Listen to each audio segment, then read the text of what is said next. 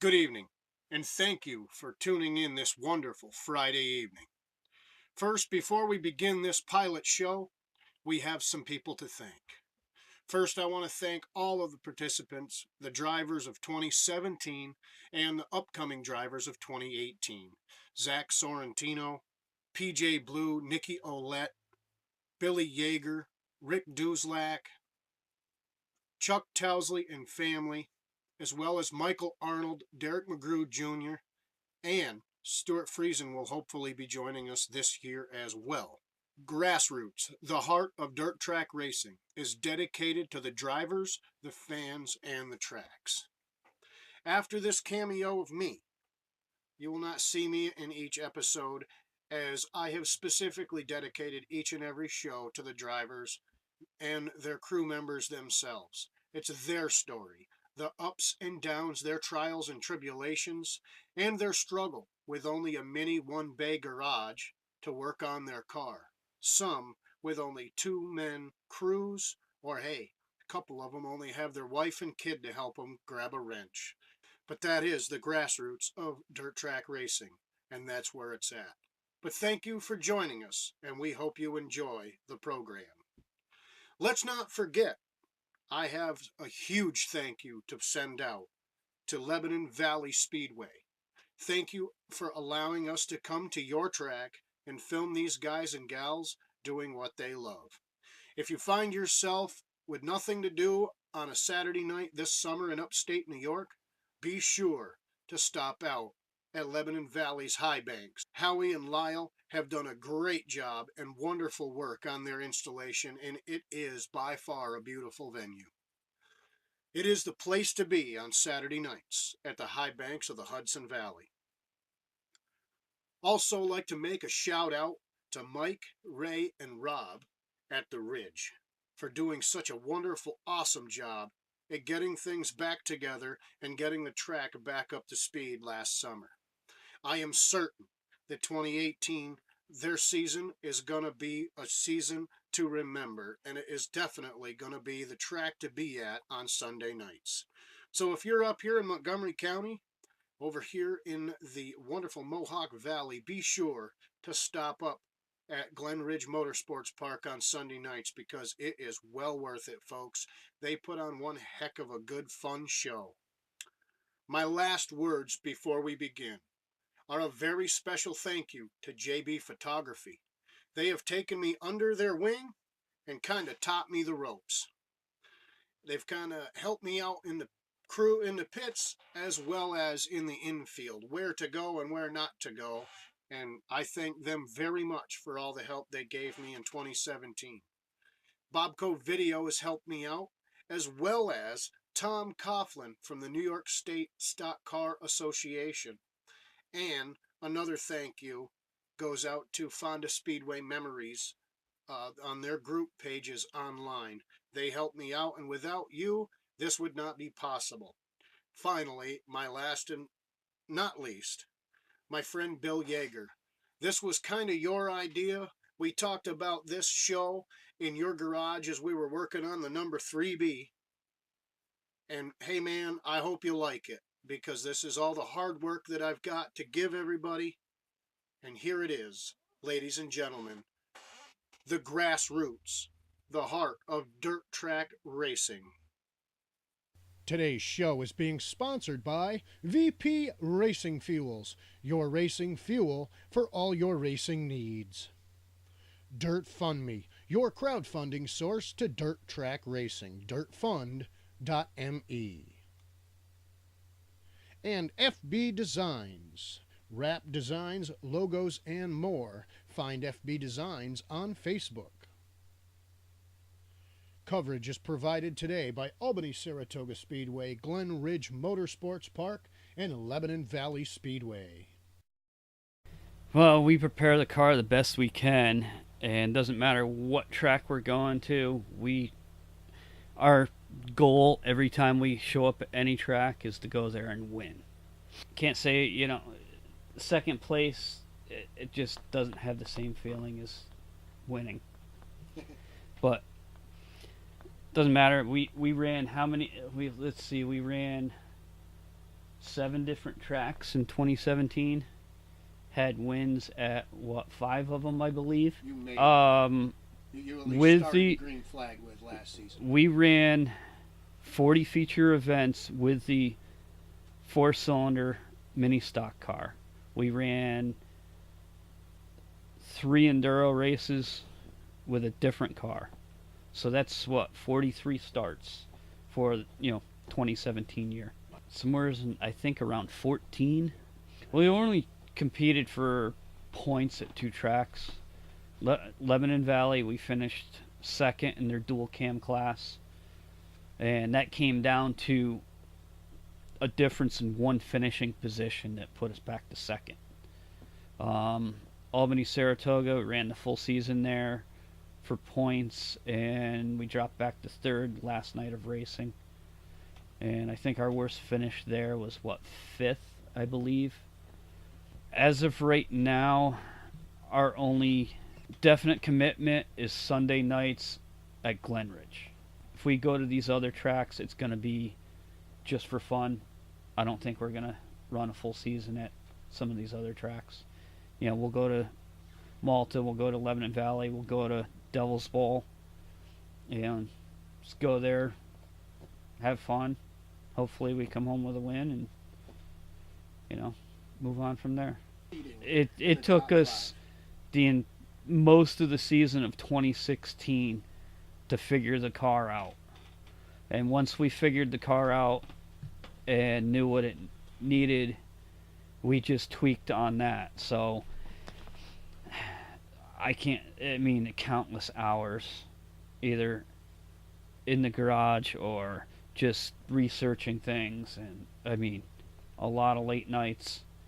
PJ's father comes over, especially the 2017 season. He would come over pretty much every time we were working on the car, and he would do tire prep, make sure the tires were done right, and we'd go through the rest of the car mechanically.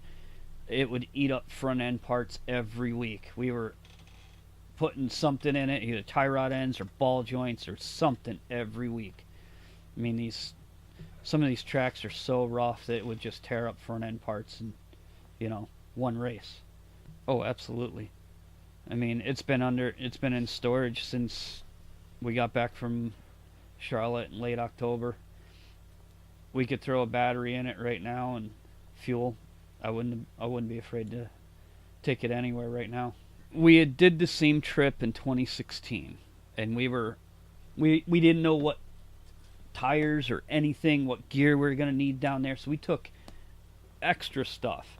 So the second year we went in 2017, we had an idea of what we needed to do down there. We knew what tire selection we needed. So basically we took I don't remember. I think we took about 9 tires down, and we used up a lot of them. But we, traveling that far, we got to take extra parts because we blow an engine down there. We're down there for 3 days. Where are we going to find a backup engine 800 miles from home? We tear up suspension parts. We have to take all, that's all spare parts we had to take with us. And fortunately, we didn't need any of it. Car mechanically was absolutely flawless down there. We tweaked on the suspension. We played with some tire selections down there. That's really about all we did in 3 days, and we improved the car a lot. Just a few adjustments we made.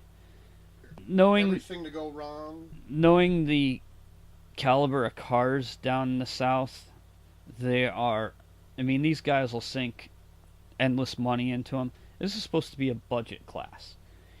You really shouldn't have much more than, $3,000 or $4,000 wrapped up into the car. These guys are spending $10,000 just on a race engine for one race. And proved it down there. A bunch of them, hey, they show up with their brand new race engine, last 8 laps, 10 laps, blow up. Just cost them $1,000 a lap. We go down there with, a $400 junkyard engine, which it was a couple of years ago, and we're competitive with them. We're not the fastest car out there on the track. I think we were, 19th on the fast lap qualifying out of, I believe, 50 some cars, 52 cars or something. But one lap is different than, a 15 lap feature. You got to complete all 15 laps, And some of these guys don't. They have a fast car for one lap or, a short run car. You need it for, the car's got to stay together. It's always competitive no matter where we go. We got to figure out some gear combinations for Glenridge. We don't get enough RPMs there. We've always run there and just whatever the car does, it does. But if we want to go faster there, we got to, figure out this gear combination, get some more RPMs out of it. We're only turning probably 5,000 RPMs at Glenridge, where we can turn this thing up 7,000 easily. If we wanted to push it further, we could, but really don't want to. But unfortunately, there's limited selection on gears on this type of car. No, it's still a fully functional Honda 5-speed that's in the car still. And we just shove it in third gear and it revs what it revs, We got some ideas and I don't know, we'll try and get some more RPMs out of it. I'm not sure how we're going to achieve it, but well, I mean, the driver PJ, he always comes over and helps. His dad comes over quite a bit and helps. I mean, we primarily work on the car out of my garage, which is not much of a garage. It's, a 12 by 20 building. You can barely fit a car in there. But that's where we do most of the work. Occasionally we'll have somebody come over. Like I got a guy that helps out with welding. I can do some of the welding and fabricating, but he's just got the touch on, structural, getting something welded correctly where I may not be able to.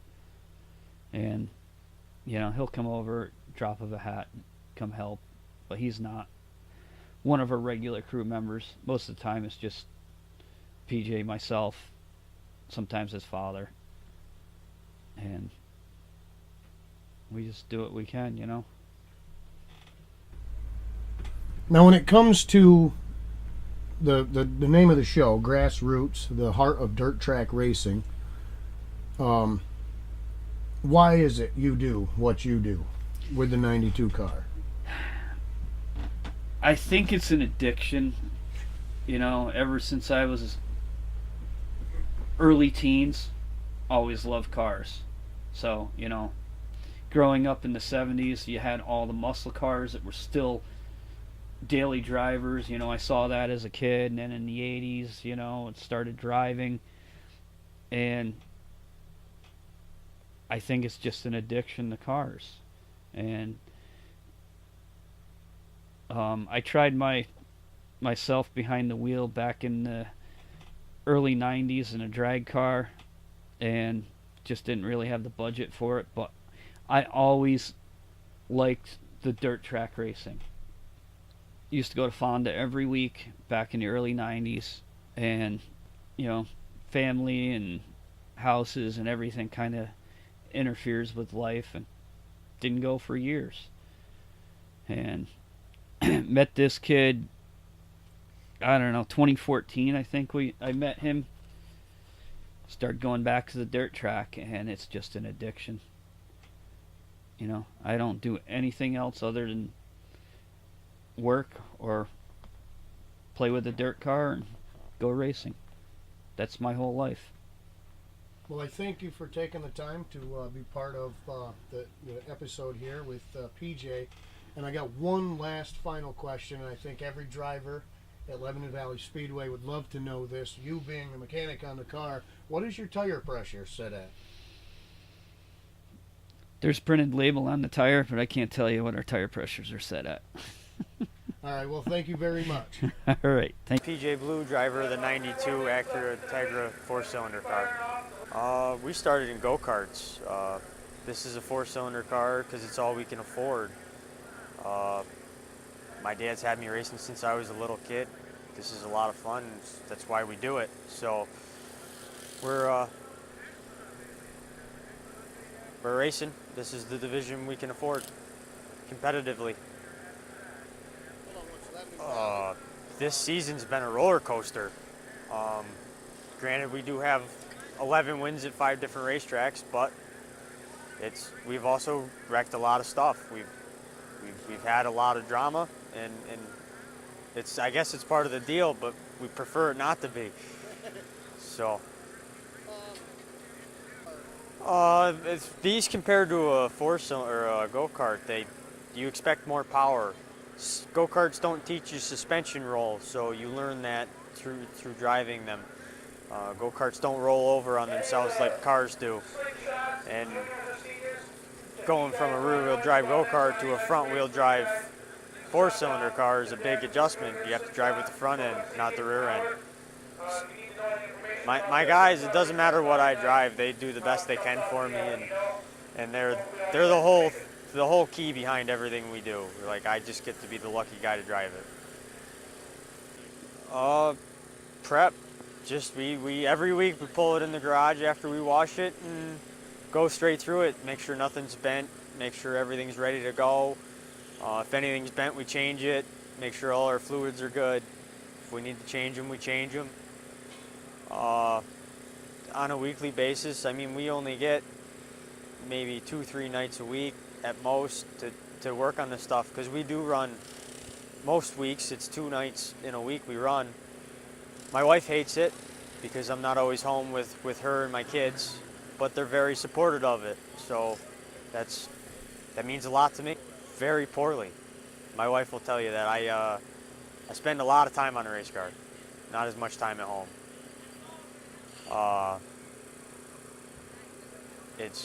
They understand it's a passion that I have, and they allow me to do it, and I'm very grateful for it. So usually I come home from work, I hang out with the kids for a couple hours till they go to bed, and then when they go to bed, I head over to the race car. I'm an automotive technician. I fix cars for a living. So that's a big help when you're driving a car that technically came off of the road. So to me it is. I mean, a modified or a pro stock would be a lot easier, a lot less stuff involved, a lot less computers, definitely not as many wires. And they look a lot more fun to drive. But I'm happy with what we have. I'm happy with our success, and I'm happy by the contribution of all the people behind us. The season at the Valley, we actually don't have a worse finish than third. We got 2 wins there. One of them apparently was a non-points race, so that contributed into us finishing second in the point standings there. But we did everything we could to do what we did, and we were very, very proud of what we did. Somebody just outdid us this year. Today's show is brought to you by High Tech Tactical, Hoosier Racing Tire, Steve's Auto Machine. Also brought to you by 41 Shocks, Knockout Graphics, Smiley's Racing Products, Bulletproof Products, Donco Plumbing, Schonefeld Headers, FB Designs, Ibex Race Bumpers, and RLD Productions. That's the fastest track we run. Without a doubt in my mind, that's the fastest track we run. In my opinion, and this is my opinion, it doesn't take the driving talent that these smaller racetracks like Glen Ridge or Albany Saratoga do, because it's the corners hold you down. Usually if somebody goes in a wall, they have a tire going down or somebody helped them. Not very often do guys go in the fence by themselves at the Valley. We ran Lebanon Valley for points. We ran Albany Saratoga for points.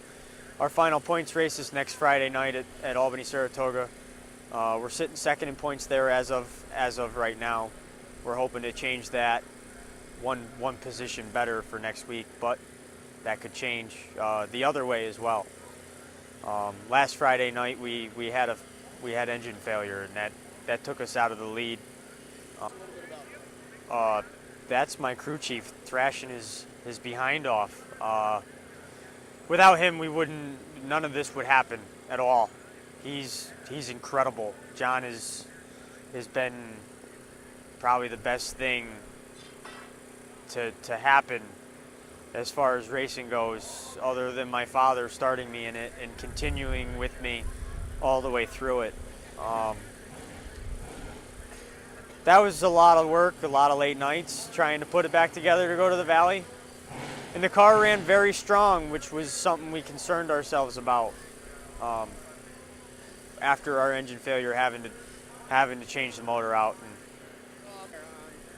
And, it handled really good. We've had a lot of success up there. We went up there for the opening, I guess they call it Invader show, where you're allowed to bring your home track rules, and we won that show. And by a bumper, but we won it. And car handles pretty good up there. We've wrecked a lot of stuff up there. Absolutely. I mean, it is 2 hours, 2.5 hours away from the house, so it is a travel, and it's on Sundays, which also contributes to whether or not we run there full time. I think it's going to be a lot of fun being back the way it used to be a long time ago. That'll probably be one of the faster tracks in the area. My dad was racing when I was born. I was born in '91, and he stopped racing in '92.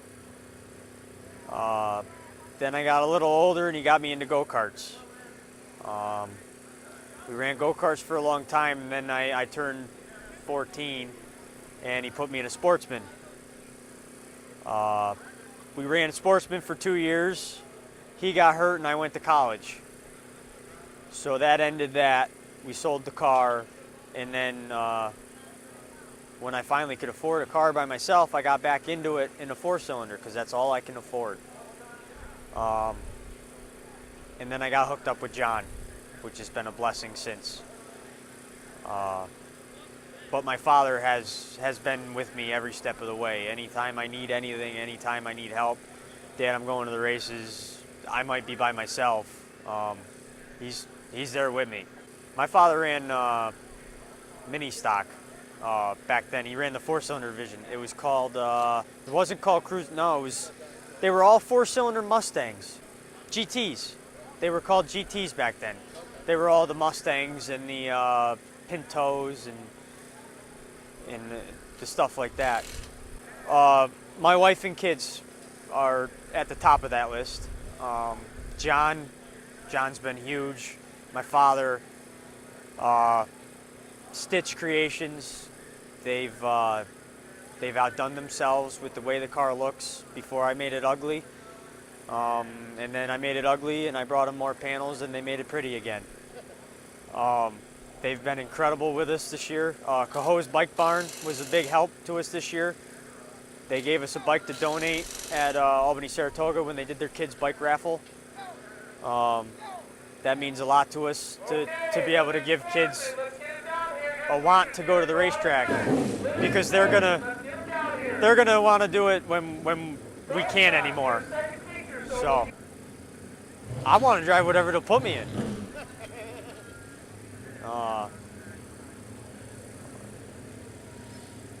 I mean, I like to think that I have the ability. We just don't have the money.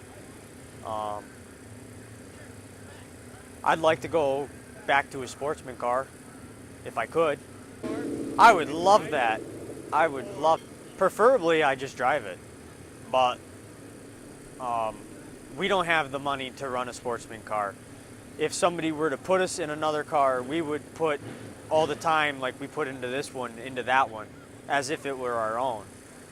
But as far as budget goes, we couldn't afford to run a a bigger division by ourselves. It just got prettier. Oh, yeah. I can move the other side. We were talking a little earlier about tearing the car apart this week because of the engine. Yeah, it was some late nights this week. So I wanted to hit you up a little bit about it and get your thoughts on it. So Thursday night, you tore the car apart, tore the engine down. Give us a little rundown of what you guys were thinking and dealing with from Thursday on through to Saturday to go to Lebanon Valley. Well, Thursday we pulled the engine apart and had it part way back together at the end of that night.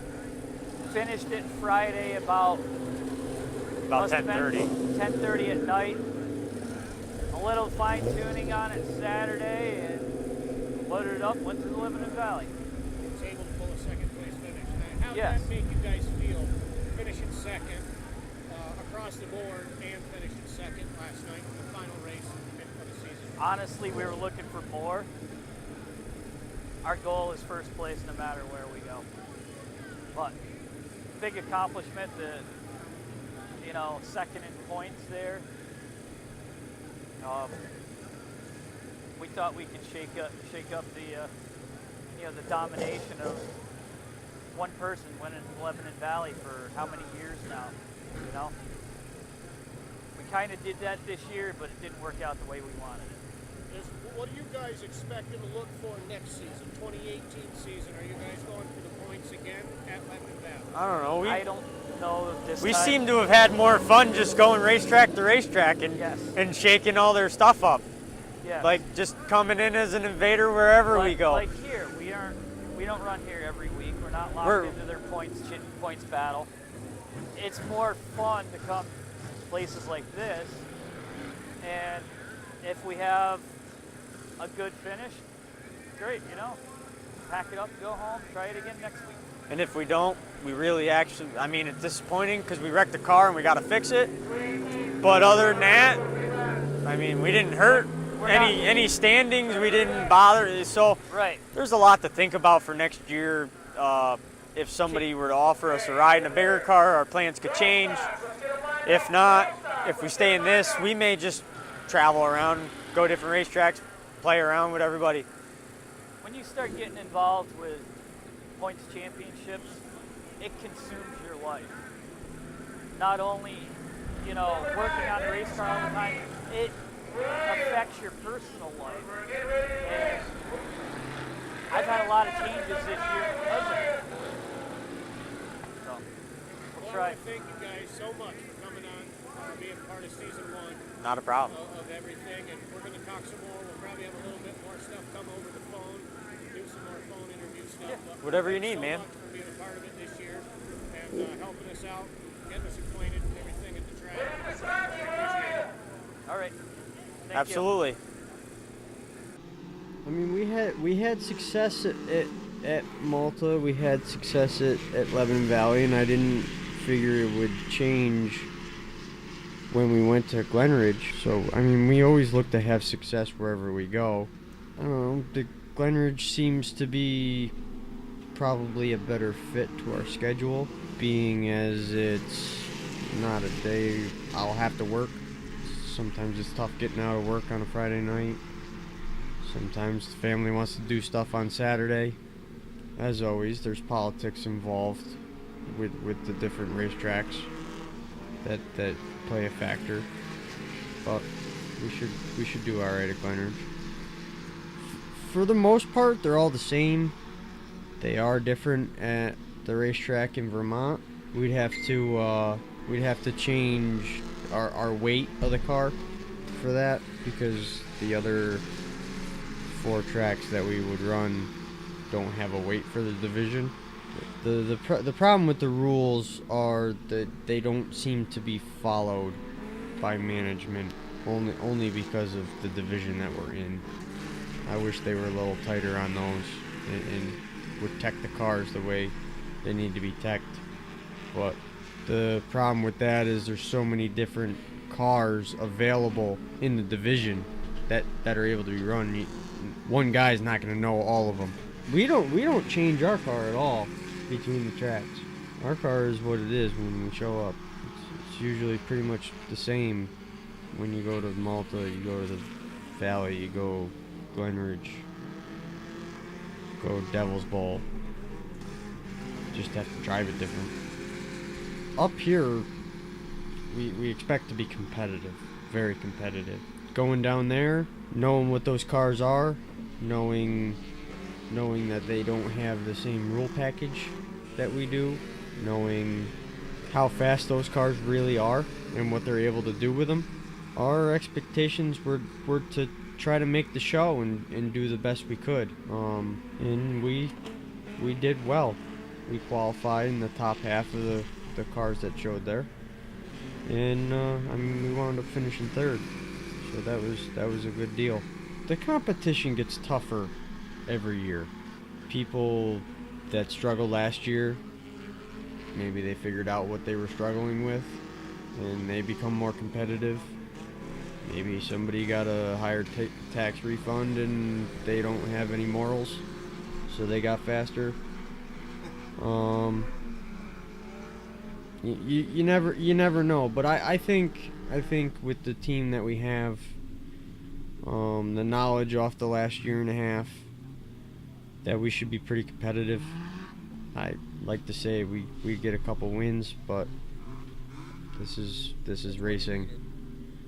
You can be as positive as you want to be, but you never know what's going to happen until you're at the racetrack. I have to thank my wife for letting me do this along with my kids. My father, I have to thank him for the addiction and continuous influence to do this. John, I couldn't do it without him. He's pretty much the heart of the whole deal. You know, we had a couple crew members this year that I don't know if they're going to come back with us.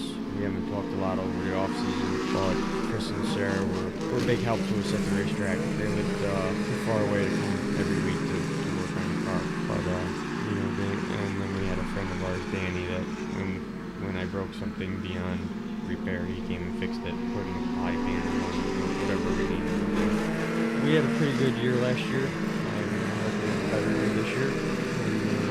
And I think Stitch Creations with Bob and Vicky have been amazing with us. Coast Bike Barn, they helped us this year. I gotta thank you guys for doing this for us. We appreciate it. And there's no feeling like it. Once you get that specific feeling, you can't get rid of it, and you need more of it. Like John said, it's an addiction. You just can't shake it. If it was up to me, you figure out where there's a dirt track and I want to run it. But in reality, I love Devil's Bowl, and I really want to try the new track, the big track. I was too young to run a car when they paved it, so I never got to try the big track at Devil's Bowl on dirt. I would like to run a couple, maybe try some of the tracks down in Pennsylvania, but again, those cars are like the southern cars, and they're nuts. The problem with running outside of our area in New York anyway, if you go west, we have to run a fuel cell. This side of New York, you can't. Albany, Saratoga, and London Valley.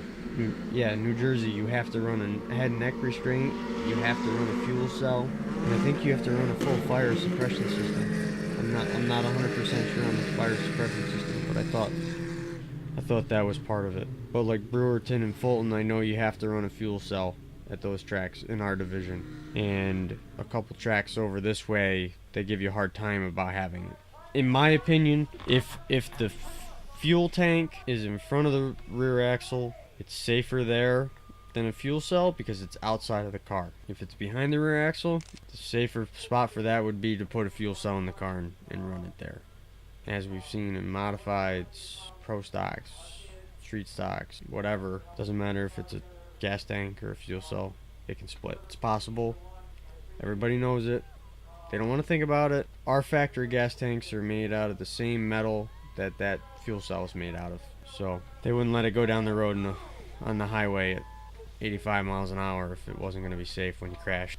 Oh, and if any track promoters want to put up a money show or extended distance race for 4 cylinders, it would be greatly appreciated. Even though my wife says no. If there's anyone out there that would be willing to help us or contribute to our team, it would be greatly appreciated. And you can contact us on Facebook or at the racetrack. I'll probably be the guy that everybody's trying to fight. All right, now I'm going to ask the same question that I asked John, and he wouldn't give me any secrets. But what do you run for tire pressure at Lebanon Valley Speedway? All of it. All of it. You hear that, folks? All of the air pressure is in his tires. So I don't know what he's doing right or he's doing wrong, but it's all of it.